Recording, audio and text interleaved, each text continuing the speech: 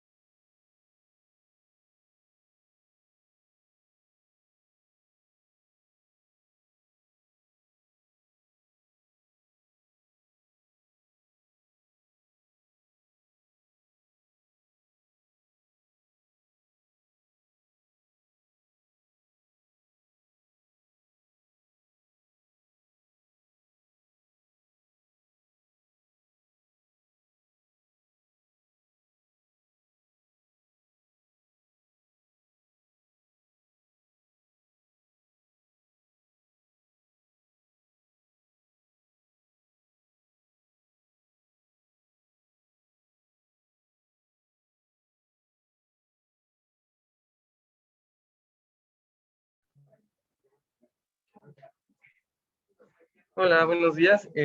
Soy Oscar Lara, residente de Medicina Interna, y el día de hoy vamos a hablar de osteoartritis. Es un tema bastante largo, lo intenté resumir lo más que se pudo.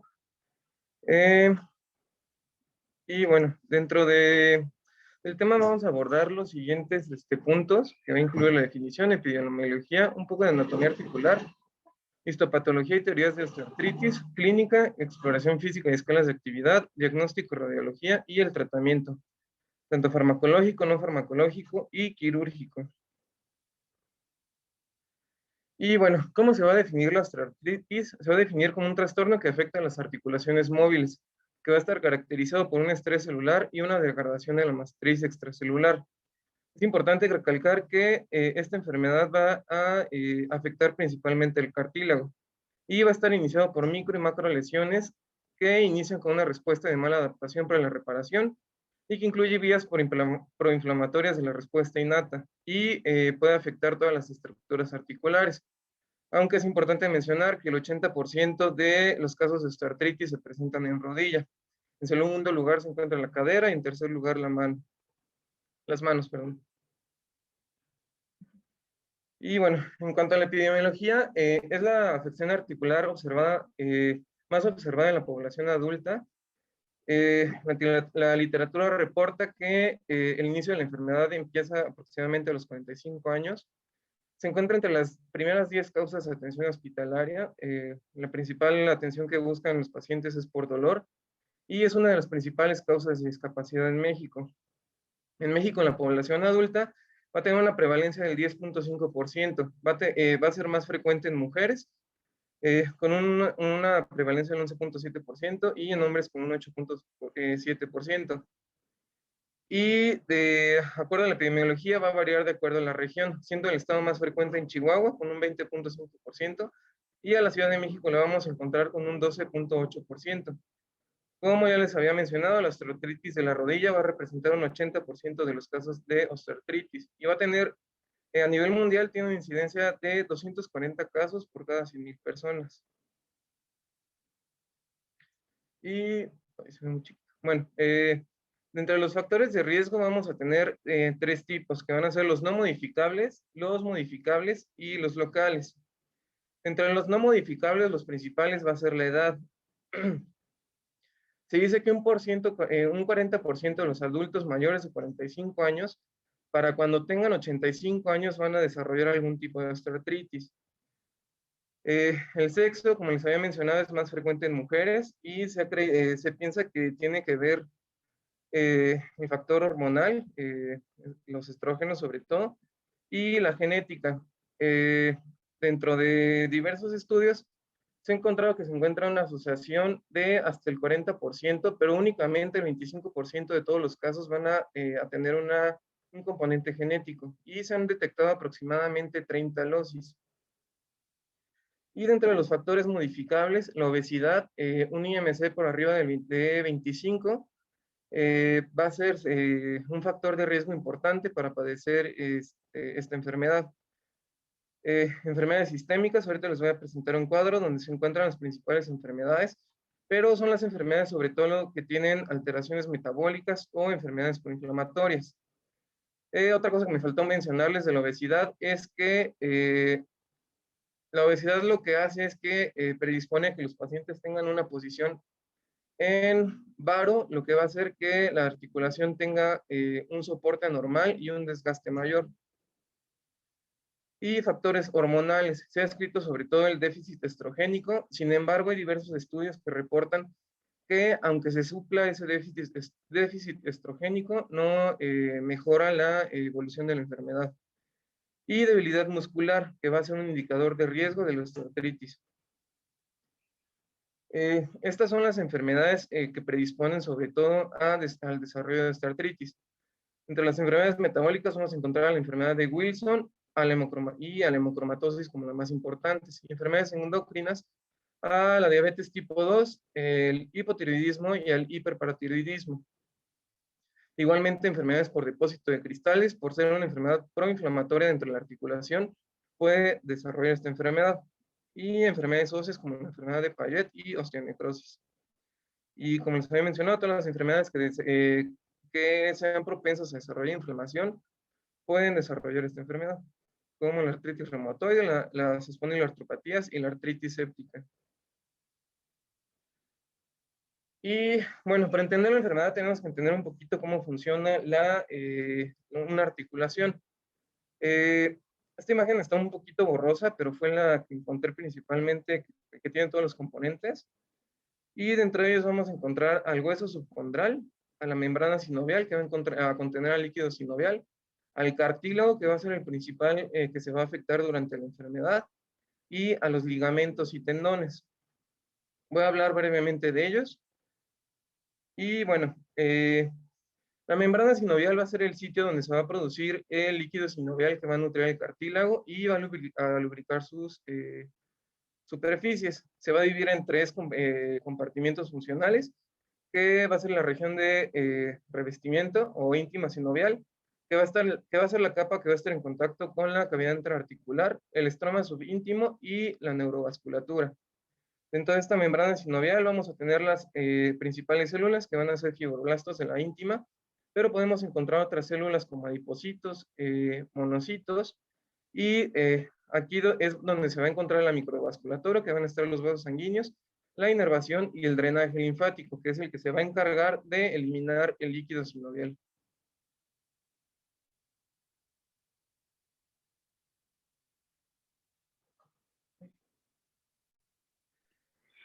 Bueno, la inervación de la articulación. Se cree que las articulaciones tienen una inervación doble. Nervios que van a que van a penetrar directamente la articulación por la cápsula, y nervios periféricos adyacentes que se van a encargar sobre todo de la inervación de tendones y ligamentos.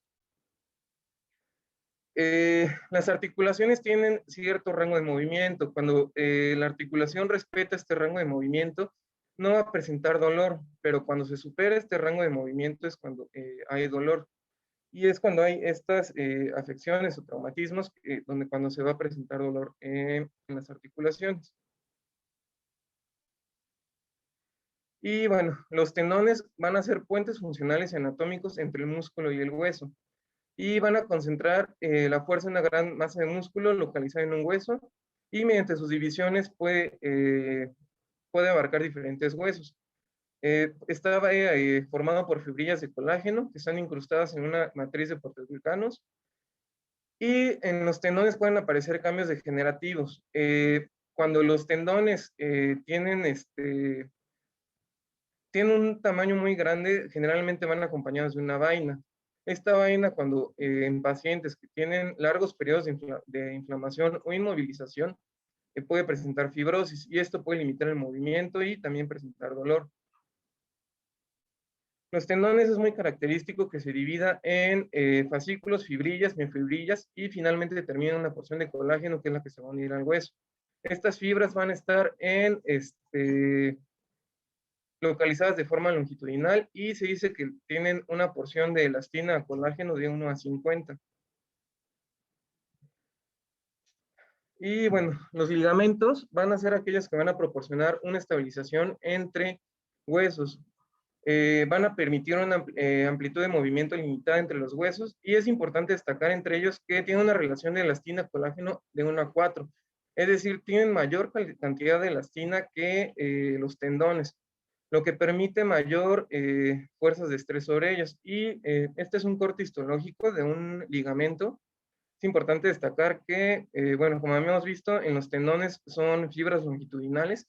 Aquí igual son fibras longitudinales, pero que presentan ciertas ondulaciones. Y esto los permite responder bueno, los permite adaptarse mejor a las fuerzas de distensibilidad. Ligamentos y tendones son, cuando sufren alguna lesión, son capaces de recuperarse por completo.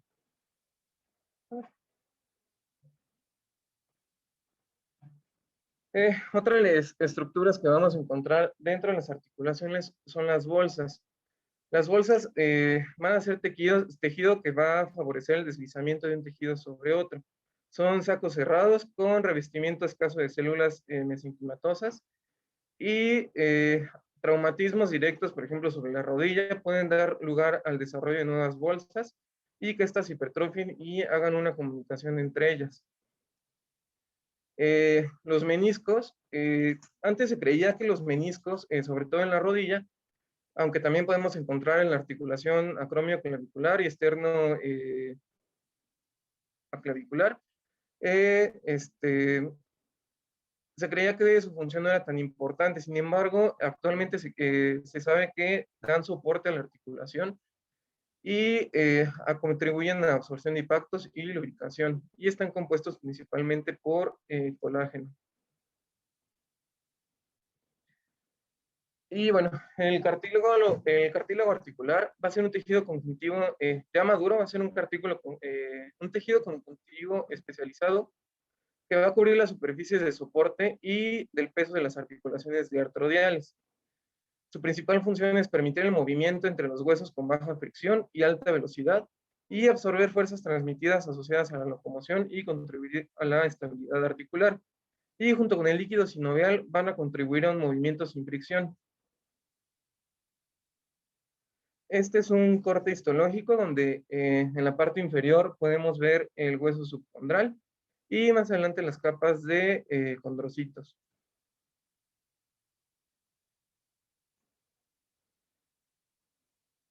Y bueno, hablando del líquido sinovial y la nutrición, el líquido sinovial normalmente está presente en pequeñas cantidades.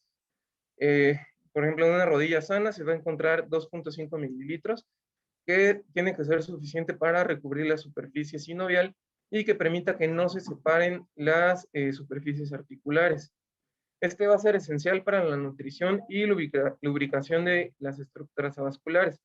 Recordemos que el cartílago es una estructura vascular y que va a recibir su nutrición por la microvasculatura que lo rodea. Y su función es limitar la formación de adherencias y mantener el movimiento entre las dos articulaciones. ¿Cómo se produce? Va a tener dos componentes, una que va a estar compuesta de hialurano. Se cree que al día se forman 3 gramos sobre litro y que es sintetizado por sinoviocitos. Y que también es un ultrafiltrado de plasma rico en proteínas, que es el producto de la diferencia entre las presiones hidrostáticas intracapilares e intraarticulares. El contenido va a ser de albúmina, que va a ser, bueno, no lo puse, pero va a ser aproximadamente el 45% de la albúmina cerosa. Electrolitos y moléculas van a ser equivalentes a las que se encuentran en el plasma. Y la lubricina. La lubricina es la sustancia que permite que haya cero fricción entre las articulaciones. Se dice que dentro de la articulación la presión en reposo va a oscilar entre 0 a 5 milímetros de mercurio y durante la actividad física puede llegar hasta los 100 milímetros de mercurio. Y en personas con sobrepeso y obesidad esto se va a ver incrementado. La eliminación del líquido sinovial va a ser a través de los vasos linfáticos en la membrana sinovial y con ayuda del movimiento articular. Es decir, por diferencias de presiones va a ayudar a que se elimine este líquido sinovial. Y bueno, esta es una tablita que encontré en la que hablaba sobre la eliminación del líquido sinovial, su contenido y qué enfermedades nos podía predisponer. Encontré que en enfermedades como la artrosis, que es la que nos compete en este momento, había una alteración en la eliminación del líquido sinovial y hay acúmulo de sustancias proinflamatorias como la alfa-2 macroglobulina e incluso mencionaba sustancias como la inmunoglobulina M, lo que favorece un estado proinflamatorio. Y bueno, dentro de la fisiopatología de la enfermedad, la osteoartritis va a involucrar todos los tejidos de la articulación, así como el cartílago articular. Va a ser una enfermedad que va a afectar principalmente al cartílago. ¿Y qué es lo que lo va a diferenciar de la artritis? La artritis es una enfermedad que afecta principalmente a la membrana sinovial. Es un proceso dinámico caracterizado por remodelamiento de la articulación y proliferación ósea y formación de osteofitos, con degeneración focal del cartílago articular, sobre todo en sitios de carga. Un ejemplo es esta radiografía, donde podemos observar que en las falanges, en los espacios interfalángicos distales, podemos ver una disminución del espacio, del espacio interarticular y ya con una deformación ósea. Más adelante les voy a presentar unas escalas que nos permiten clasificarlo radiológicamente.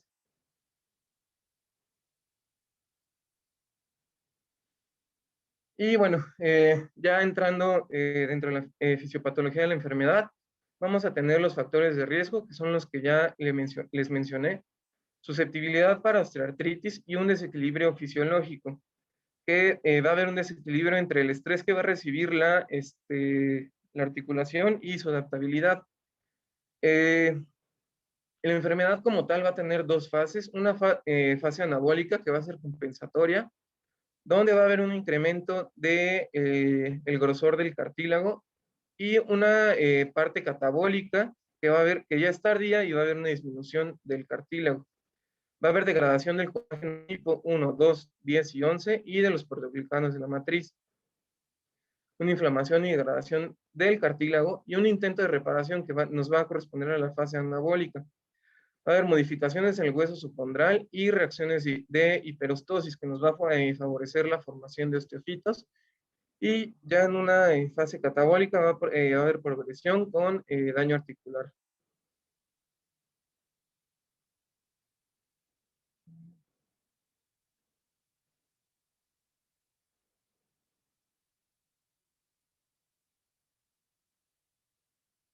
Ah, se trabó.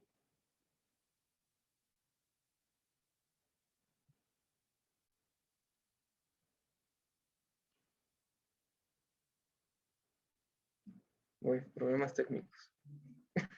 ¿Dónde? Ya. Bueno, en este esquema podemos ver que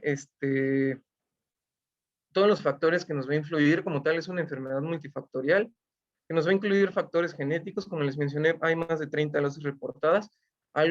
Traumas también van a favorecer la progresión de la enfermedad.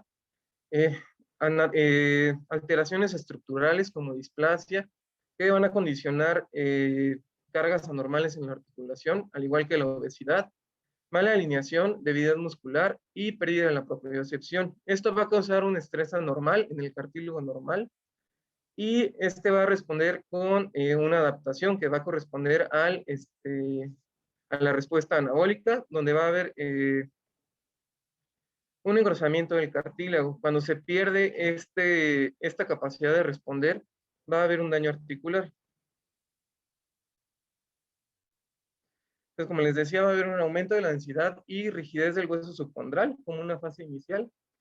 Va a haber microfracturas causadas por carga. Esto nos va a llevar a una pérdida de la elasticidad ósea y un incremento de la rigidez. Y nos va a llevar a una rigidez del cartílago y osteonecrosis focal con formación de quistes. Es muy importante saber identificar los quistes porque estos nos van a hablar de una enfermedad ya avanzada. En estos cortes histológicos, en donde dividen al cartílago en 4 zonas, una zona superficial, media, profunda y más profunda, vamos a tener, en la capa superficial vamos a encontrar a los condrocitos alineados de forma horizontal y más adelante se van a encontrar más dispersos y de mayor tamaño.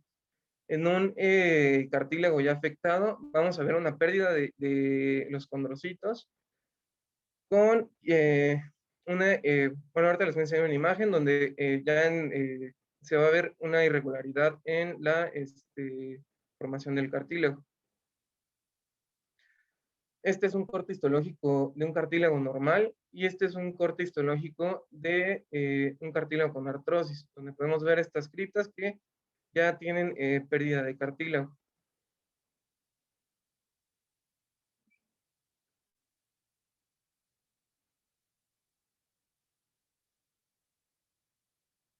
Y bueno, como les había mencionado, lo podemos dividir en dos partes. Una parte anabólica que nos va a llevar a cambios tempranos, donde va a haber un aumento del grosor del cartílago. Dentro de los cambios celulares, va a haber una disminución de la fibrilogénesis de colágeno, una activación de los condrocitos y una proliferación de los condrocitos.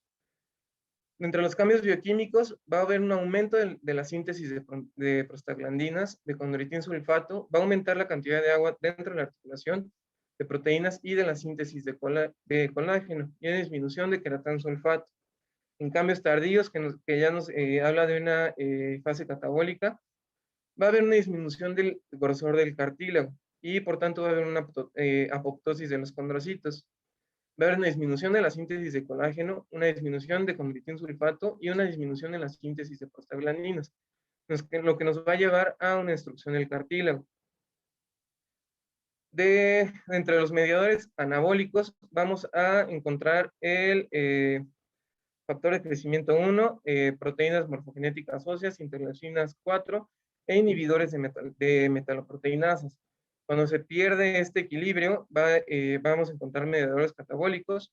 Entre los más importantes, el óxido nítrico, metaloproteinasas, de las más importantes, la 1, 8 y 13, y la interleucina 6 y 7, y el factor de necrosis tumoral, así como citocinas proinflamatorias. En este esquema encontramos representada la fisiopatología, donde vemos un aumento de la interleucina 1, del óxido nítrico y de las prostaglandinas como el factor de necrosis tumoral, lo que nos va a llevar a un consecuente pérdida del cartílago. Bueno, en este esquema lo ilustran por fuerzas mecánicas anormales, como les había mencionado, por ejemplo, en obesidad, va a haber un apoyo de carga anormal sobre la articulación, lo que nos lleva a desarrollar toda esta patología.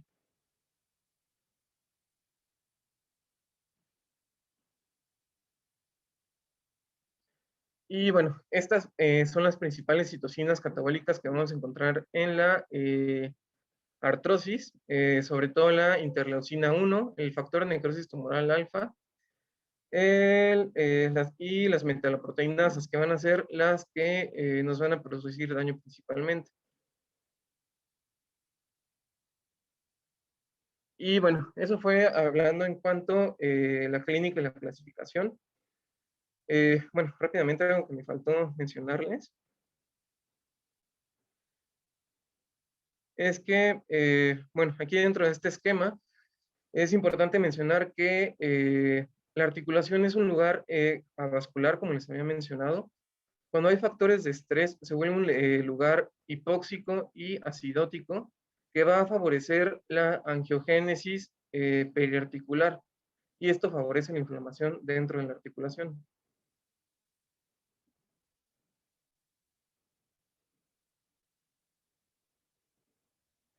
Y bueno, dentro de la clínica y clasificación, me basé principalmente en Si quieres, para que tomes un poquito de aire, hacemos unos comentarios muy leves acerca de lo que ya va.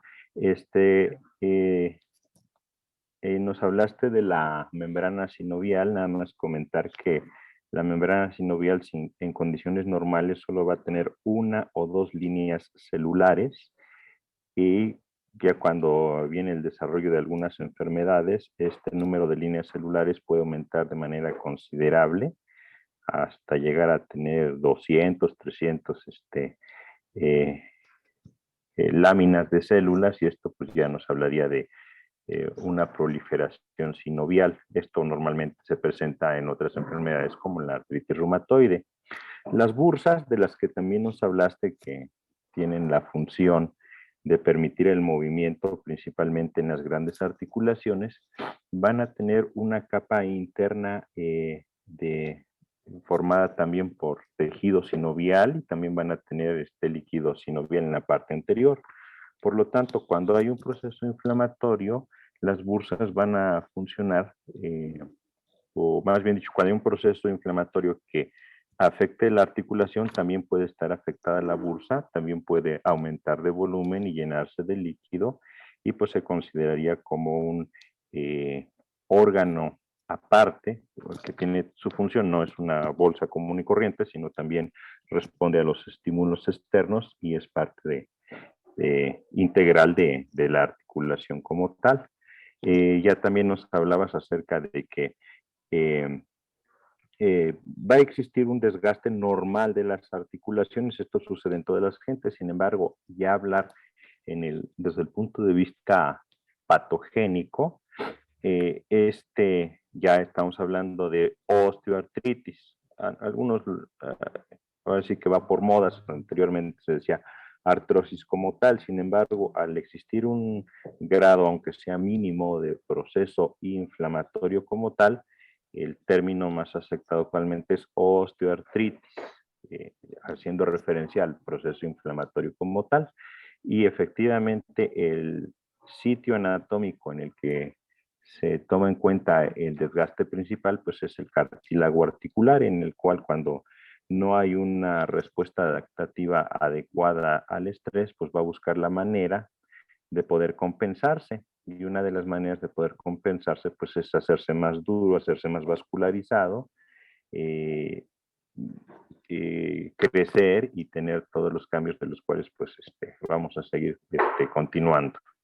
Adelante, Oscar. Gracias, doctor. Y bueno, dentro de la clínica, el dolor va a ser el síntoma predominante, es por lo que se van a presentar los pacientes principalmente, y es muy característico que este dolor va a ser intermitente. Va a haber una limitación de la función, es decir, un movimiento pasivo restringido, va a haber crepitación en las articulaciones y una rigidez articular. Los pacientes pueden presentar rigidez por la mañana o después de un periodo de inactividad. Y es muy característico que este dolor va a durar menos de 30 minutos. Y bueno, nos clasificaban distintos fenotipos en la enfermedad y como les había mencionado también entre los factores de riesgo, cuando se va a tratar de un fenotipo postraumático, generalmente van a ser pacientes jóvenes menores de 45 años, cuya causa principal va a ser el estrés mecánico. Y el sitio principal se va a encontrar en la rodilla, el pulgar, el tobillo o el hombro. Y la principal terapéutica va a ser protección de la articulación y estabilización. Cuando se trata de un trastorno metabólico que nos lleve a un estado proinflamatorio, la media de la edad va a estar entre 45 y 65 años. La causa principal va a ser el estrés mecánico, adiposinas, hiperglucemia, desequilibrio hormonal como el estrógeno que ya les había mencionado anteriormente, y el sitio principal va a ser la rodilla. La intervención va a ser pérdida de peso, control de concentraciones de glucosa y lípidos y terapia de reemplazo hormonal, aunque como ya les había mencionado, no se ha visto que favorezca la evolución de la enfermedad. Y en cuanto al envejecimiento, va a ser principalmente en pacientes con edad avanzada, mayores de 65 años. Vamos a tener condrocitos senescentes y acumulo de productos finales de glucosilación avanzada.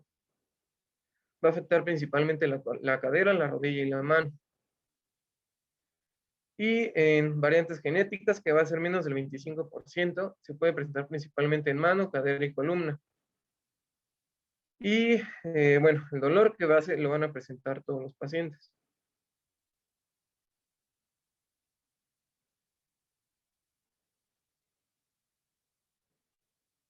Y bueno, esta es una tablita para poder detectar en la exploración física cómo va a afectar diferentes áreas, principalmente la rodilla, la cadera y la mano.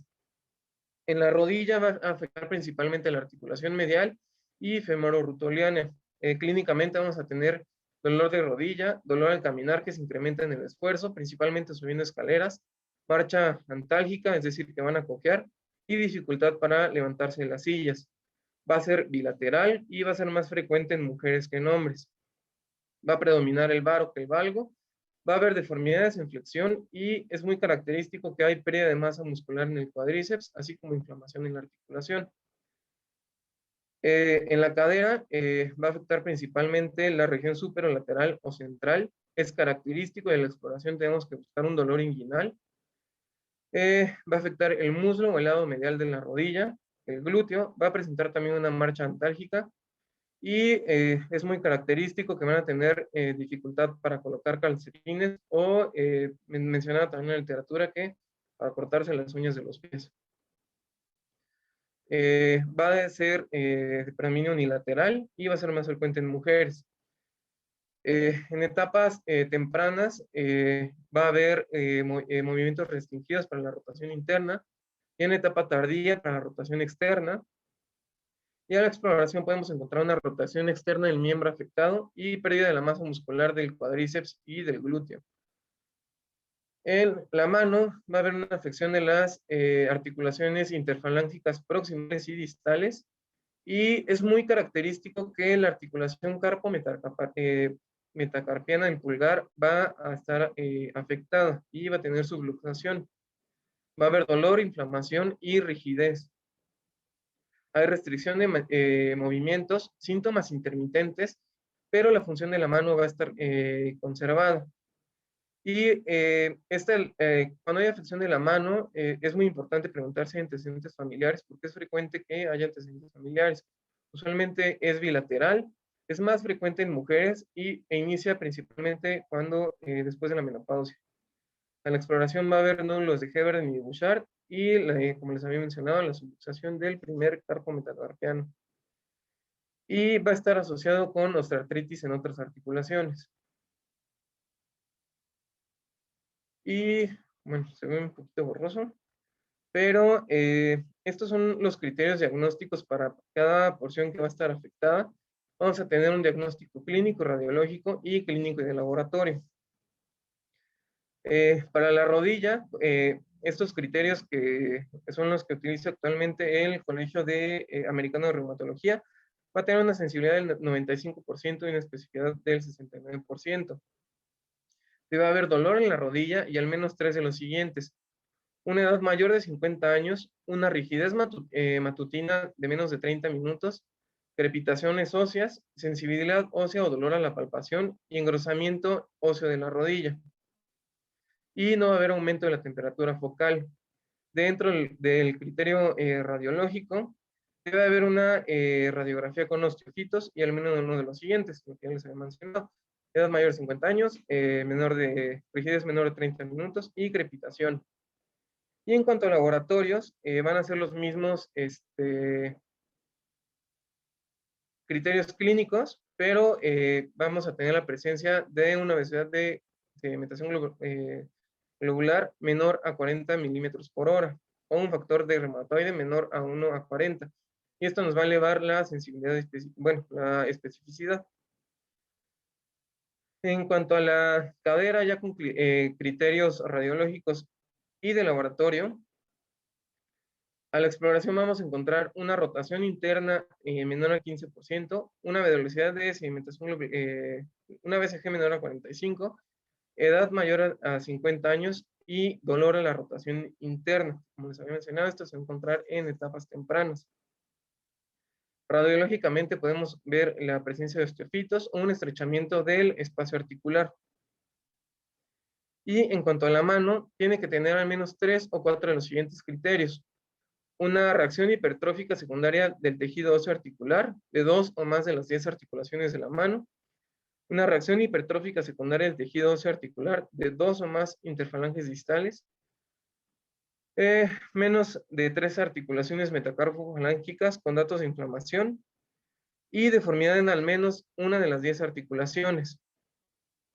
Y las 10 articulaciones indicadas son del segundo a tercer espacio interfalángico distal y del segundo a tercer interfalángico proximal. Y bueno,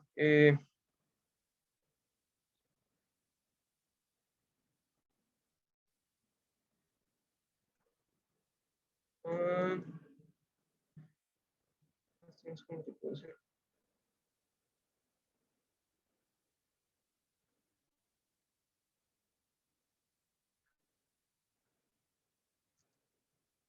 Bueno, estos son unos videos que les puse sobre cómo explorar principalmente cada articulación, sobre todo cadera, mano y rodilla. No lo puedo poner.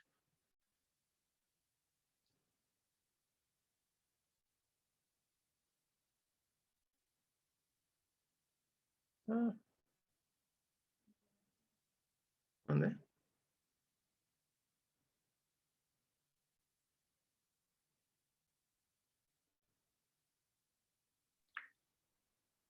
Este nos va a hablar sobre la exploración de la rodilla.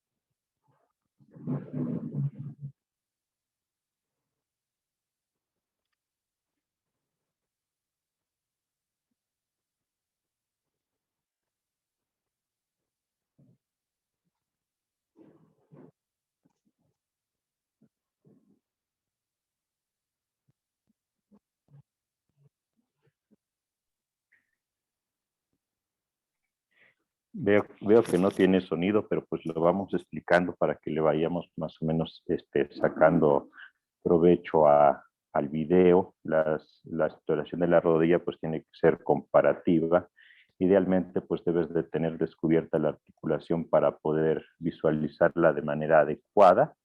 Hay que observar que tenemos dos compartimentos, el lateral y el medial, y lo primero que hizo el explorador fue poder captar entre sus dedos la rótula y desplazarla con la finalidad de poder ver si había líquido adentro de la articulación. Posteriormente, lo que está haciendo en este momento es revisando la integridad de los tendones y de los ligamentos de la misma, haciendo movimientos forzados y viendo si existe un movimiento anormal. Normalmente la rodilla, el único movimiento permitido que tiene es flexión y extensión. Cuando hay movimientos laterales es porque hay una laxitud de ligamentos, falta de integridad de los mismos, y pues ya estaríamos hablando de clínicamente de un desgaste de la misma.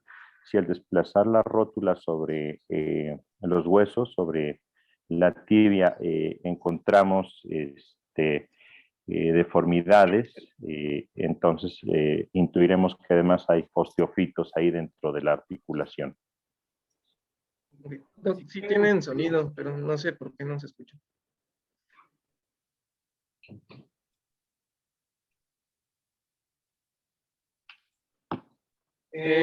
Sobre la exploración de muñeca y mano.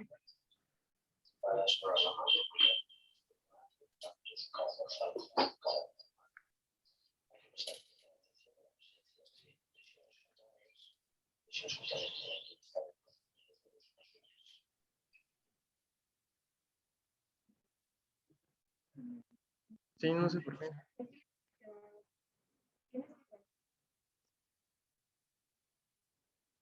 ¿Me salgo? Estamos intentando poner el sonido. Luego dale en print. Y acá sound share.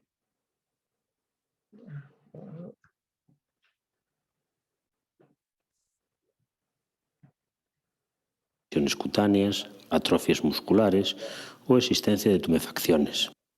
Las tumefacciones pueden ser difusas, pueden ser localizadas.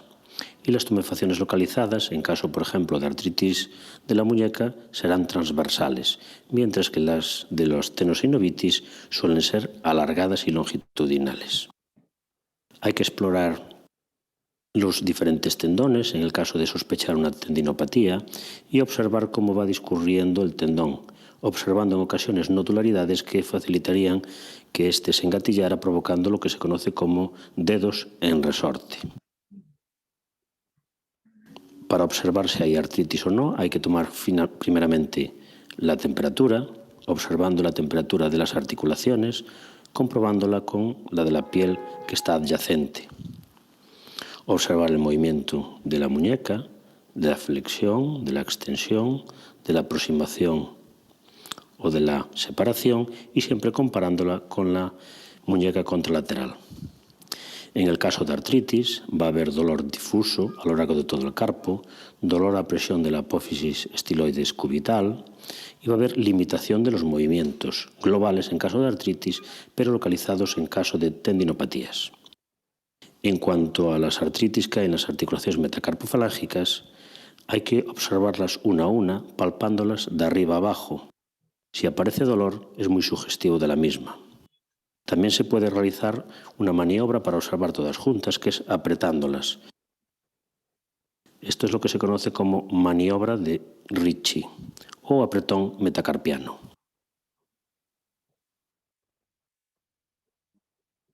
Las articulaciones interfalángicas, al contrario, hay que explorarlas de lado, haciendo presión. La aparición en cualquiera de estas maniobras, en cualquiera de estas articulaciones, es indicativo de artritis de la misma. Además de afectación de las articulaciones, muy frecuentemente en la mano se afectan los tendones y muy a menudo el tendón que está formado del extensor corto del pulgar y abductor largo. Va a haber un dolorimiento en la parte posterior del primer dedo que se desencadena con la presión, pero también hay una maniobra que facilita su exploración. Esta maniobra consiste en indicar al paciente que ponga su dedo y que cierre la mano y nosotros vamos a realizar una inclinación cubital de la misma. La aparición, esa exacerbación del dolor en el dorso del primer dedo es indicativo de afectación de este tendón. Es lo que se conoce como maniobra de Finkelstein positiva. Finalizaremos viendo la formación del puño de la mano, indicando al paciente que flexione. Si un paciente es capaz de realizar este movimiento, muy difícilmente tendrá afectación de las articulaciones. Y bueno, ahorita les pongo el de cadera porque... Ok, nada más antes de esto, comentarte, digo, no me sentí muy, muy ajeno a la exploración del doctor, pero comentarte, hay que prestarle importancia en este caso en la osteoartritis como tal, a la presencia de los nódulos de Heberden y de Bouchard que van a estar en interfalángicas distales e interfalángicas proximales, a diferencia de la afección que vas a tener directamente en el carpo, que esa va a ser invariablemente en la artritis reumatoide. Nada más comentar que cuando hagas la exploración de las interfalángicas distales y proximales, debes de agarrarlo con las dos manos, a modo de que no solamente sea en la parte lateral, puesto que si tienes un proceso inflamatorio, puede pasar desapercibido. Vas a tener mayor sensibilidad en tu exploración si lo tomas entre 4 dedos, precisamente para evitar el desplazamiento de líquido o del proceso inflamatorio a este nivel, y no solamente hacerlo a los lados como lo explica el doctor. Ok, sí, doctor, gracias.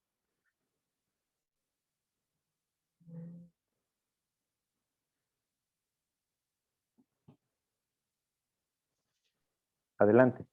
Sí, voy.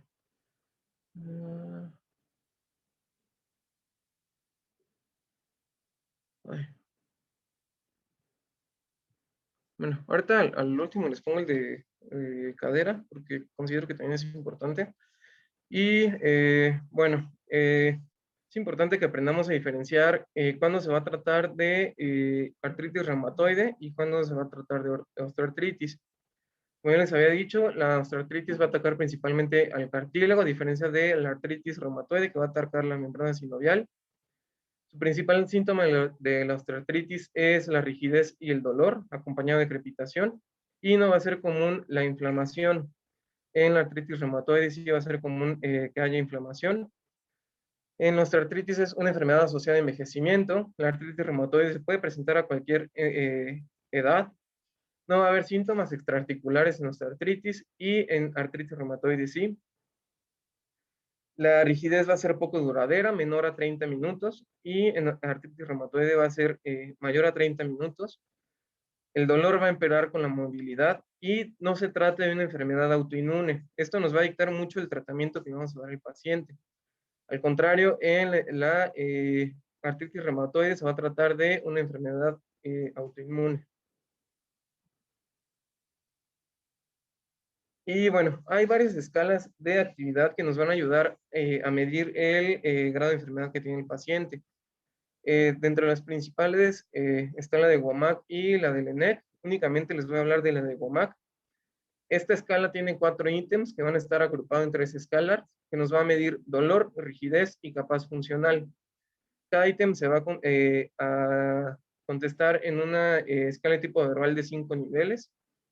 Y al realizar el cuestionario se va a realizar una sumatoria, y un puntaje mayor a 40 puntos indica un daño significativo. Como les dije, nos va a medir 3 puntos, que va a ser funcional, dolor y rigidez. Dentro de lo funcional, nos va a medir la capacidad de moverse, desplazarse o cuidar de uno mismo. Marca la limitación que hay en los últimos 2 días para realizar cada una de las actividades detalladas. En cuanto al dolor, permite valorar cuánto dolor ha tenido el paciente en los últimos 2 días. Y en rigidez, permite valorar la rigidez que presenta el paciente en los últimos 2 días y en qué momento del día se presenta la rigidez. Esta escala sobre todo nos va a permitir saber si el paciente se está beneficiando con el tratamiento que le vamos a dar o no. Como les dije, van a ser 24 ítems, 17, perdón. Nos va a medir dolor, rigidez y capacidad funcional. La ventaja de este cuestionario es que el paciente lo puede contestar él mismo e incluso se puede realizar a distancia.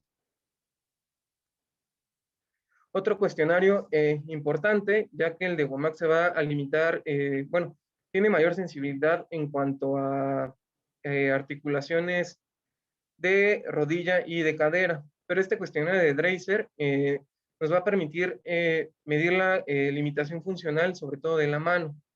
Nos va a evaluar en un rango de 0 a 3, donde 0 va a ser sin limitación, 1 con posible limitación o con algo de limitación, que es posible hacer la actividad pero con algo de limitación, 2 con mucha limitación y 3 con imposible de realizar. El puntaje va a ir de 0 a 30 y de 1 a 10 vamos a tener una limitación leve, de 11 a 20 una limitación moderada y de 21 a 30 ya una limitación severa. Este es un cuestionario de 12 preguntas que es muy sencillo y nos puede predecir qué tan afectado está el paciente. Y bueno, en cuanto a los criterios radiológicos, vamos a utilizar principalmente la clasificación de Kellgren y Lawrence, que nos va a medir, nos va a clasificar la osteoartrosis en 4 grados de acuerdo a las imágenes radiológicas. El grado 1 va a ser un estrechamiento dudoso del espacio articular, como podemos ver en esta imagen, una disminución del espacio articular, y puede haber o no osteofitos, pero van a ser muy pequeños. En el grado 2 ya va a haber osteofitos definidos y un posible estrechamiento del espacio articular. Como vemos aquí en la segunda imagen, ya está disminuido el espacio articular.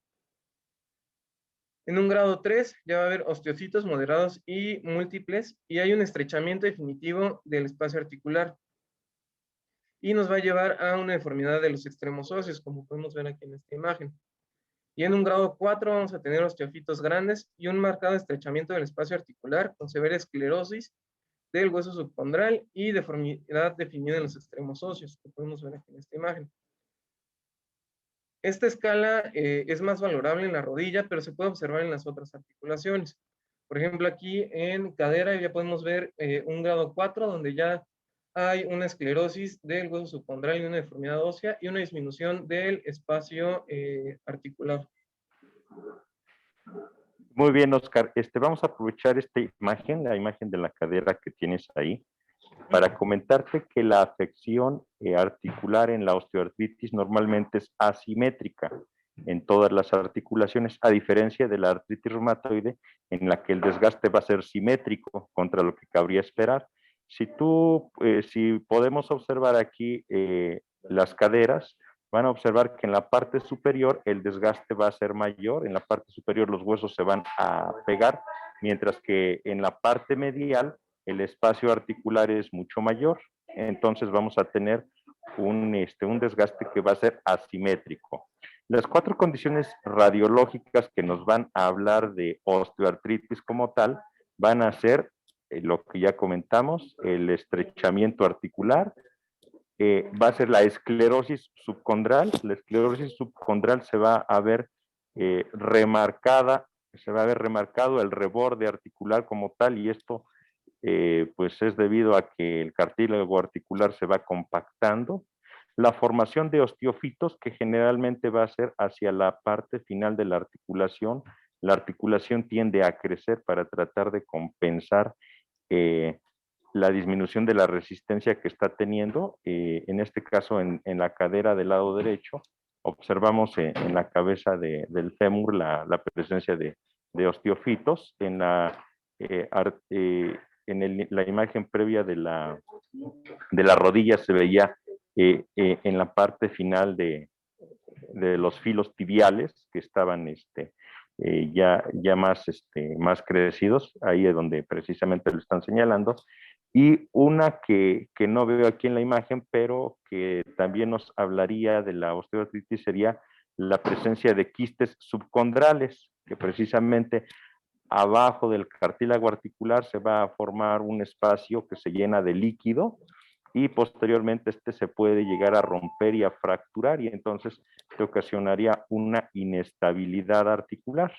Aquí lo radiológico es muy importante porque finalmente estamos hablando de que hay una osteoartritis, en que hay un grado inflamatorio muy limitado. Sin embargo, al ser una situación tan limitada, normalmente las personas lo dejan pasar.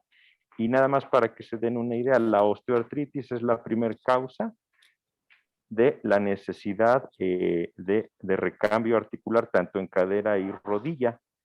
A diferencia de lo que podríamos esperar de las enfermedades como la artritis reumatoide o como otras enfermedades inflamatorias, no lo es así.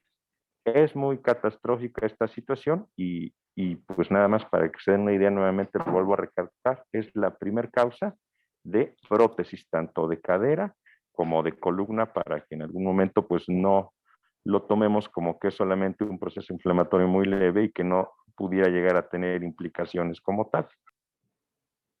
Adelante, Oscar. Sí, doctor, gracias.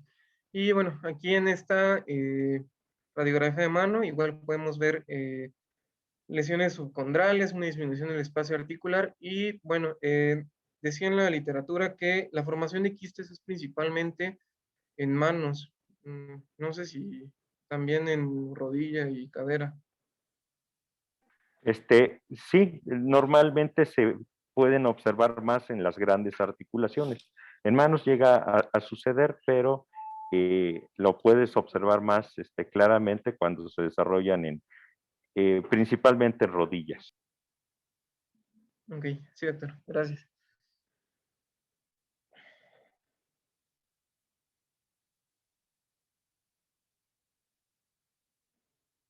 Y bueno, vamos a pasar ya finalmente al tratamiento. Va a haber tres tratamientos: el tratamiento no farmacológico, el tratamiento farmacológico y el tratamiento quirúrgico. Ahorita les voy a enseñar las recomendaciones que da el Colegio Americano de Reumatología. Sin embargo, principalmente dentro del tratamiento no farmacológico, se debe lograr y mantener un peso ideal con un IMC menor o igual a 25 kilogramos por metro cuadrado. Fisioterapia, ejercicios aeróbicos de bajo impacto. Esto es muy importante, que todo el ejercicio que le demos al paciente sea de bajo impacto. Ejercicios acuáticos de resistencia o ambos. Una educación relativa al automanejo de la enfermedad. Educación neuromuscular, y cuando la enfermedad ya está avanzada, uso de dispositivos ortopédicos y de soporte. Dentro del tratamiento farmacológico, el Colegio Americano de Reumatología y la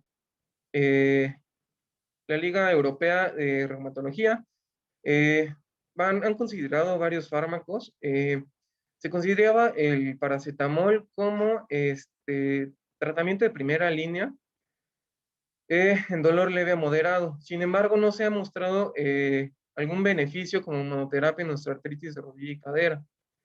Y se recomienda una dosis, el Colegio Americano dice que de 4 gramos al día. Sin embargo, la ESEO, que es igual una sociedad europea de osteoartritis, recomienda que no se sobrepasen 3 gramos al día. Y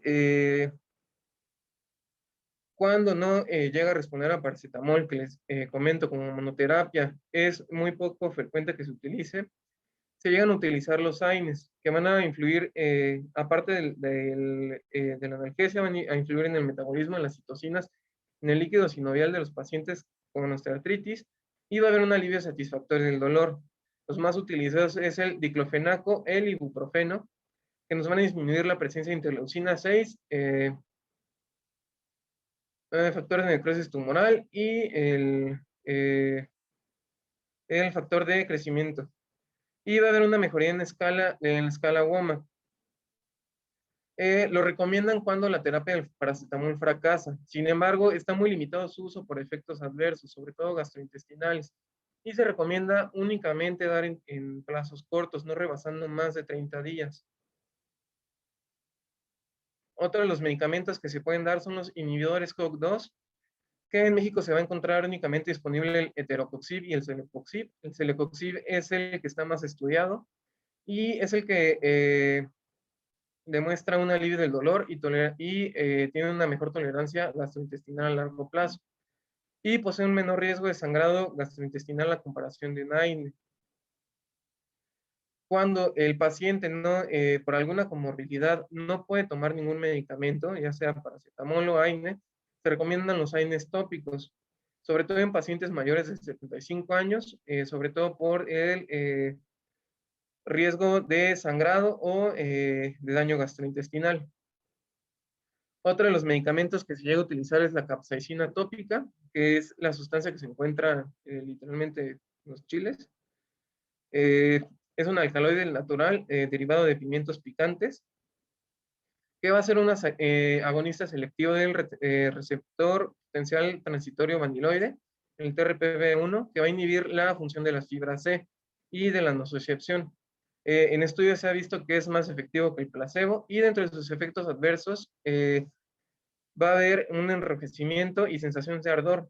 Está recomendado en osteoartritis de mano y de rodilla y se puede encontrar en diferentes concentraciones, desde el 0.25 hasta 0.5%.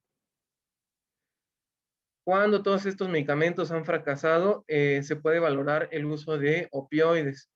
El único opioide recomendado es el tramadol. Y estos medicamentos no son bien tolerados por sus efectos adversos y porque pueden crear dependencia.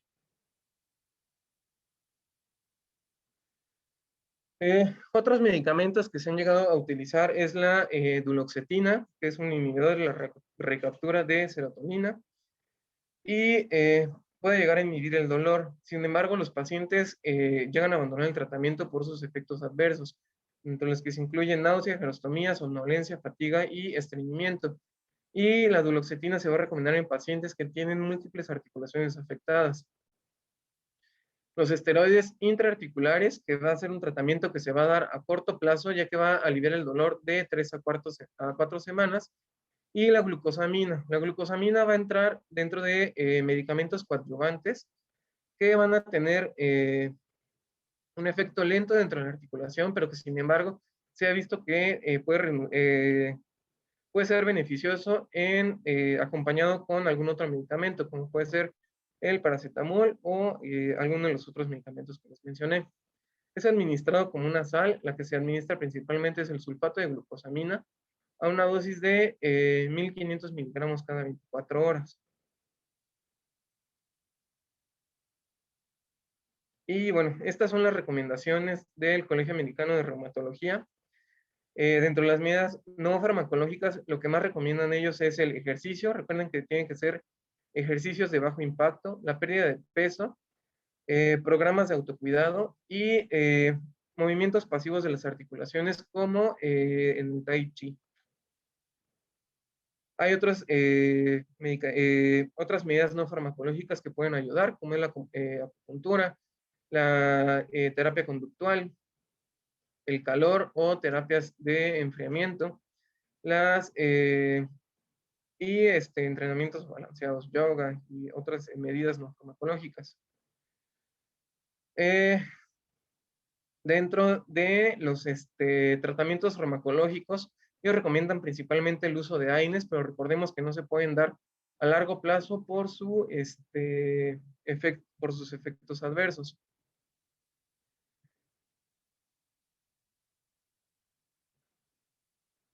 Y bueno, esto es lo que no recomiendan. Que estas son las medidas no farmacológicas que el Colegio Americano no recomienda, dentro de lo que se incluyen la modificación en el calzado, los masajes, la terapia manual y la terapia con vibración. Y bueno, recordemos que no se trata como tal de una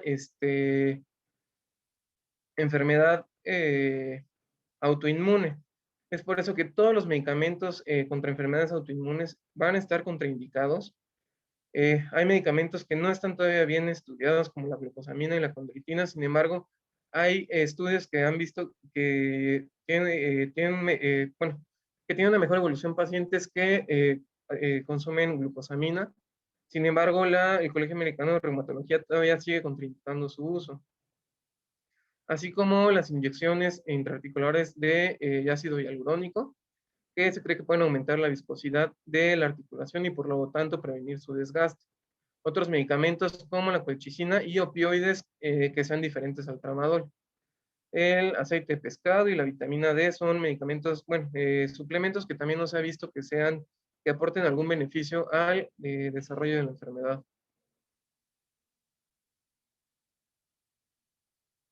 Y bueno, como algoritmo diagnóstico, vamos a tener al médico de primer contacto, que va a llegar un paciente con un dolor articular crónico, y de acuerdo a los factores de riesgo que ya les había mencionado, se va a sospechar o no que de osteoartritis. Si se va a sospechar de osteoartritis, se tiene que determinar si mediante pruebas de laboratorio y de imagen, si estas puede haber de predominio inflamatorio. Como ya les había mencionado, en rodilla, cuando es de predominio inflamatorio, en rodilla una BCG mayor a 40, recuerden que tiene que ser menor a 25, y en cadera mayor a 20, que igual tiene que ser menor a 20. Si no es de predominio inflamatorio, se van a solicitar estudios de imagen. Ahorita les enseño que estas son los estudios de imagen que se tienen que pedir principalmente. Cuando se va a tratar de manos, se tiene que pedir una proyección dorso, palmar y oblicua comparativa. Siempre es muy importante que tienes que comparar una articulación con la otra. En rodillas se tiene que pedir una toma AP con carga y lateral con flexión de 90 grados y axial a 30 y 60 grados, igual comparativo. Y en cadera una pelvis ósea en posición neutra y en abducción, que va a ser posición de rana. Si hay alteraciones radiológicas, como las que ya les había mencionado mediante la escala, ya se puede hacer el diagnóstico de osteoartritis.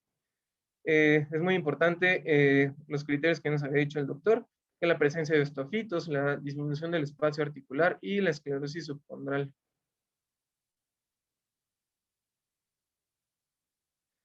Y bueno, en cuanto al tratamiento,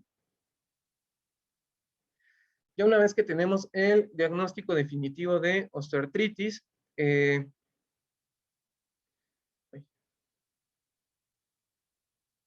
tiene que iniciar el tratamiento con una combinación de farmacológico y no farmacológico.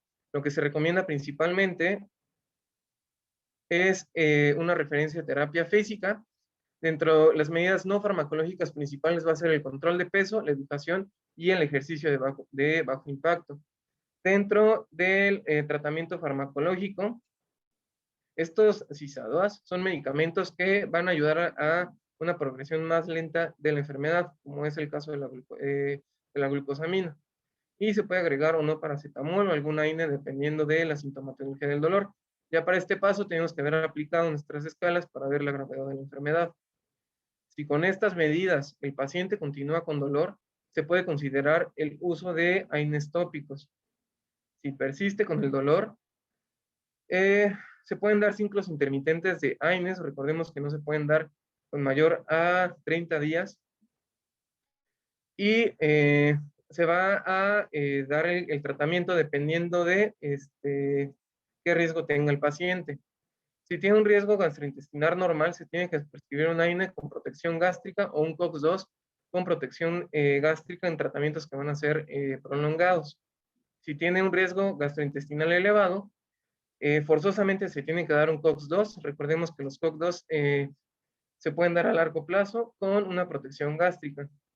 Si son pacientes con un riesgo cardiovascular elevado, se tiene que limitar la administración de antiinflamatorios a menos de 30 días y de preferencia COX-2 y menos de 7 días de AINE. Y si tiene un riesgo renal elevado, no se tiene que prescribir AINE en caso de una tasa de filtrado glomerular menor a 30 mililitros por minuto. Si continúa sintomático, se tiene que dar terapia intraarticular con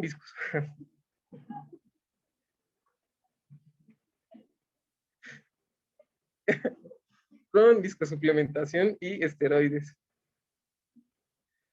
Si a pesar de esto el paciente continúa ya llegando a la última etapa de tratamiento, continúa con síntomas y con limitación de la función, ya se va a considerar el tratamiento quirúrgico. Dentro de los principales tratamientos quirúrgicos se va a considerar si hay daño de meniscos, una artroplastía, y si ya la articulación está muy dañada, sobre todo en cadera y rodillas, se tiene que realizar un reemplazo articular. Y esto se va a tomar en cuenta sobre todo en pacientes que estén severamente sintomáticos y que tengan una mala calidad de vida y que no respondieron a todo el tratamiento previo que tenemos aquí. Y bueno, pues les voy a poner el video de la exploración de cadera.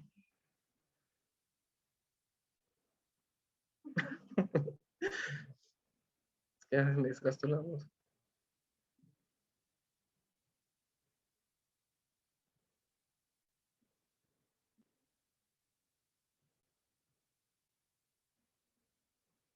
El dolor de cadera es un dolor que aparece a nivel de la ingle.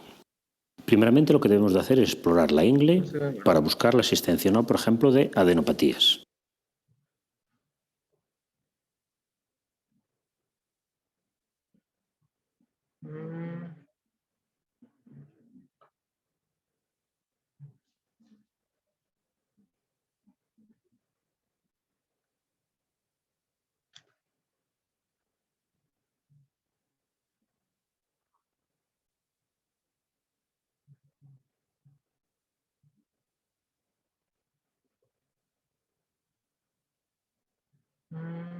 Ay, comencemos de aquí.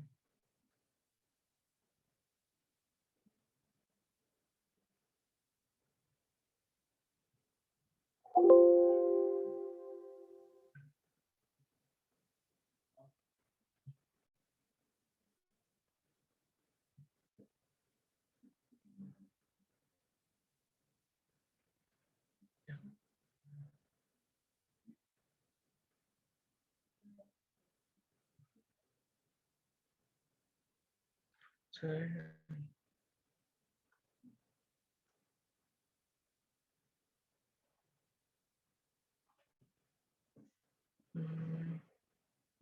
A ver, ayuda. Sí,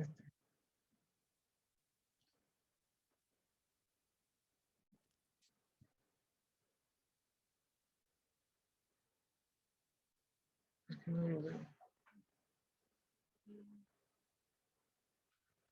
Sí, creo que tienes a ver, sí.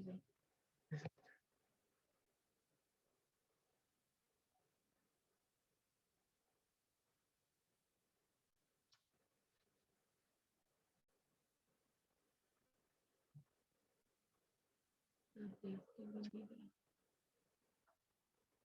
Voy a ver el video. Sí. Ahí no se ve nada.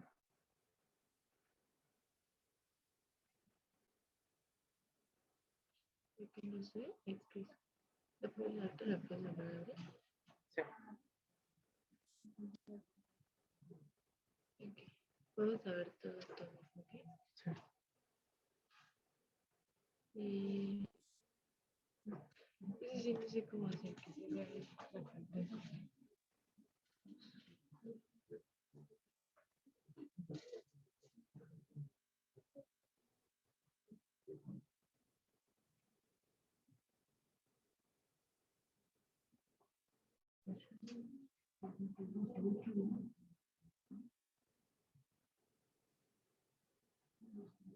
Ya. Bueno, se ve muy chiquito, pero ya logré poner.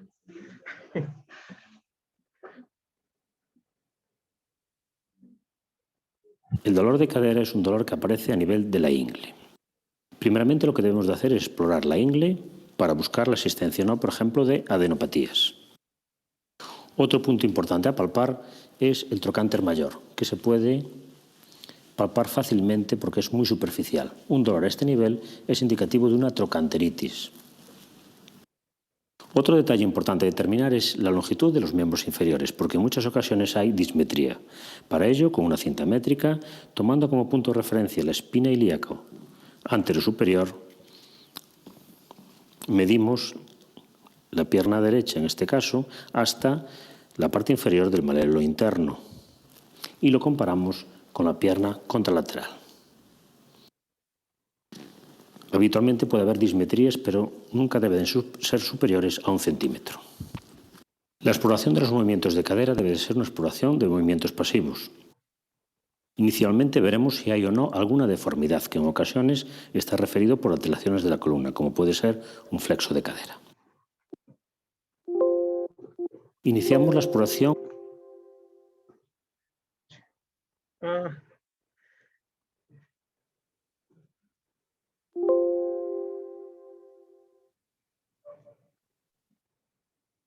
¿Quieren ver otra vez todo?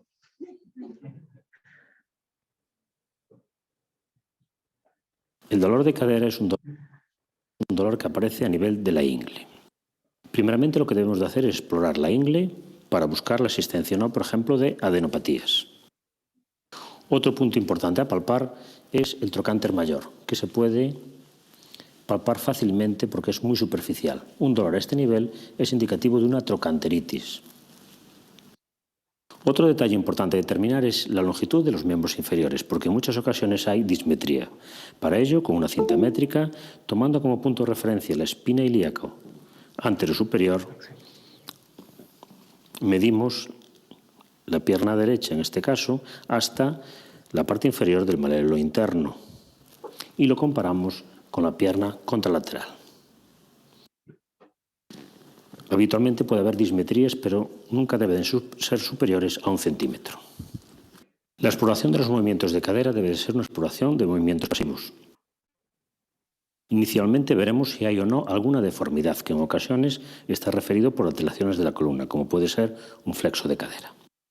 Iniciamos la exploración flexionando la cadera, que debe de ser más o menos unos 120 grados. En esta misma posición, un poquito menos flexionada, realizamos un movimiento de aproximación, de flexo-aproximación, en donde en la normalidad la rodilla tiene que llegar a la perpendicular del trocánter contralateral.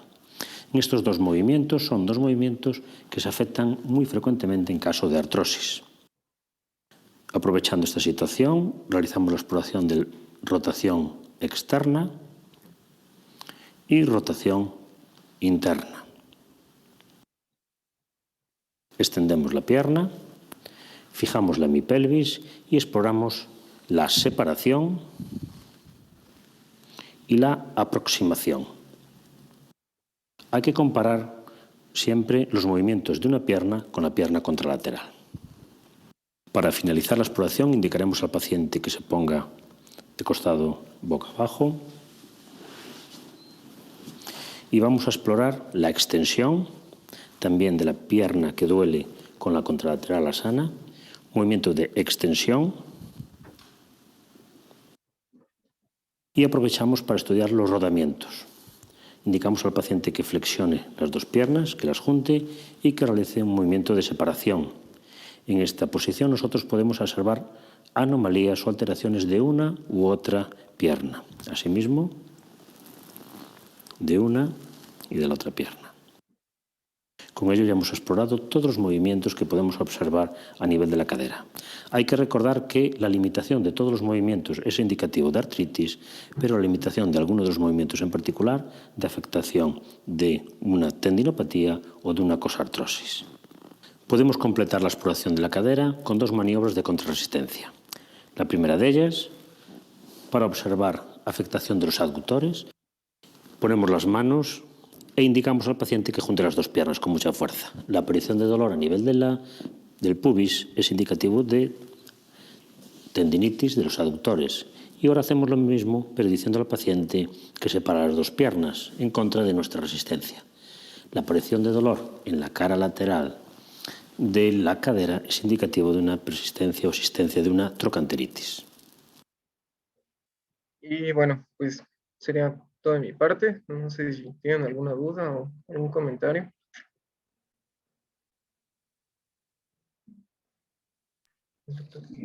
Pues sí resulta ser a veces un poquito difícil de abordar el tema, puesto que van incluidas algunas cosas que se basan solamente en teorías y que no se pueden aterrizar de manera adecuada.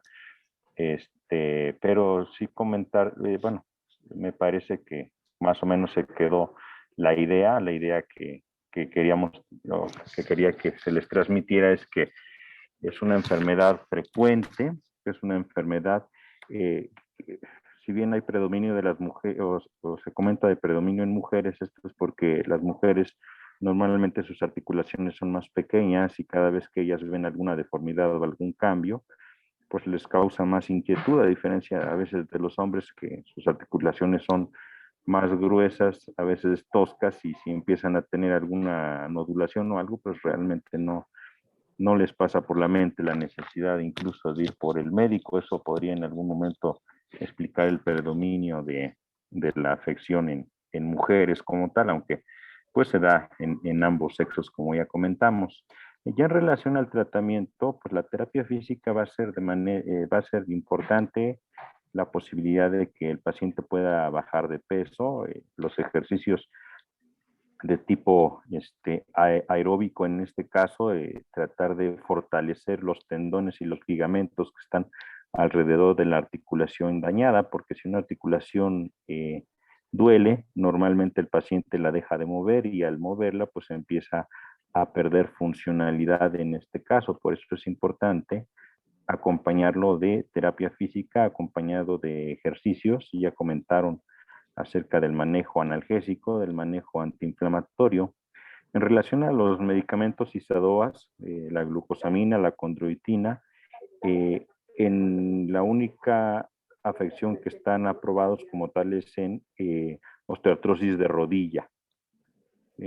Y en este caso la dosis, ya comentaron, glucosamina 1500 miligramos, condroitina 1200 miligramos, que esto vendría siendo 2 o 3 tabletas del famoso X-Ray o de algunas otras presentaciones que ya vienen en el mercado. Otra presentación puede ser el Bartalón Compositum, que viene en polvo y que ya trae la glucosamina y la condroitina, y esta pues hay que darla por un periodo prolongado de tiempo, en específico más de 6 meses, e ir titulando la respuesta que tiene en base a la escala WOMAC de la que ya nos comentaron, o alguna otra escala para ver si tiene algún beneficio en relación a esto el paciente.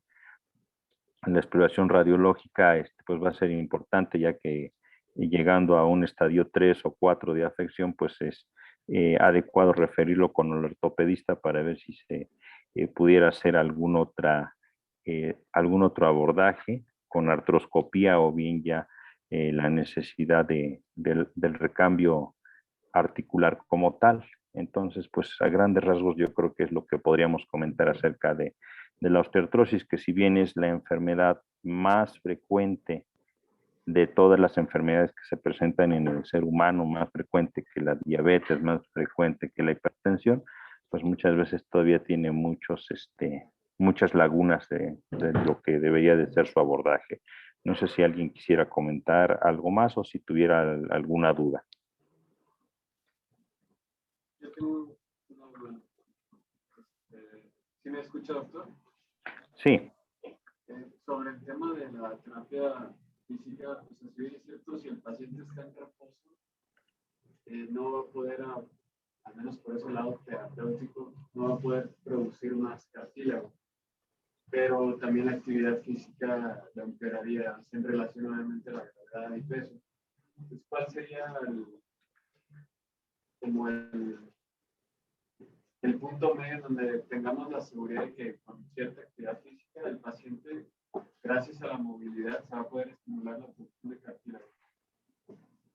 Ok, bueno, Lo que te podría decir con respecto a esto es que si una articulación está inflamada, va a ocasionar dolor. Y en el momento en el que está inflamada, lo importante es mantener el reposo y medidas locales, aplicación de frío en la fase aguda o de calor frío cuando la situación ya es crónica. Pero una vez que ya pasa el proceso inflamatorio, que ya diste el antiinflamatorio, que ya mejoró, ya no tienes aumento de la temperatura local, ya no tienes aumento de volumen o dolor, entonces ya tienes que meter a tu paciente en una segunda fase de tratamiento a una rehabilitación en la cual pues des los ejercicios adecuados cuando ya no esté inflamado, cuando ya no perpetúes tú mismo el proceso inflamatorio y entonces ya en esa fase lo que vas a originar es precisamente el fortalecimiento de los tendones, de los ligamentos y lo que acabas de comentar, la estimulación pues de tener el cartílago articular lo más sano posible. Comentarte que normalmente en las articulaciones son muy extremistas, si no la usas se desgasta, pero si la usas en exceso también se va a desgastar, entonces normalmente debes de originar que tu paciente tenga una actividad intermedia para que tenga sus articulaciones sanas en este caso.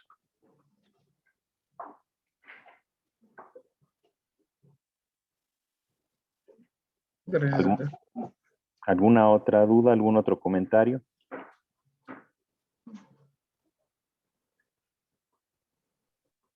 Creo que ya no, amigo. Bueno, pues si hay alguna duda o algo, pues ahí continuamos en el chat o si quieren que abordáramos algo más en específico, porque sí resulta a veces un poquito difícil poder quedarse conforme con el abordaje completo de la osteoartritis como tal. Pues si no tienen alguna duda, pues esperemos que tengan un excelente día y nos vemos el día de mañana. Gracias, Master. Nos vemos mañana.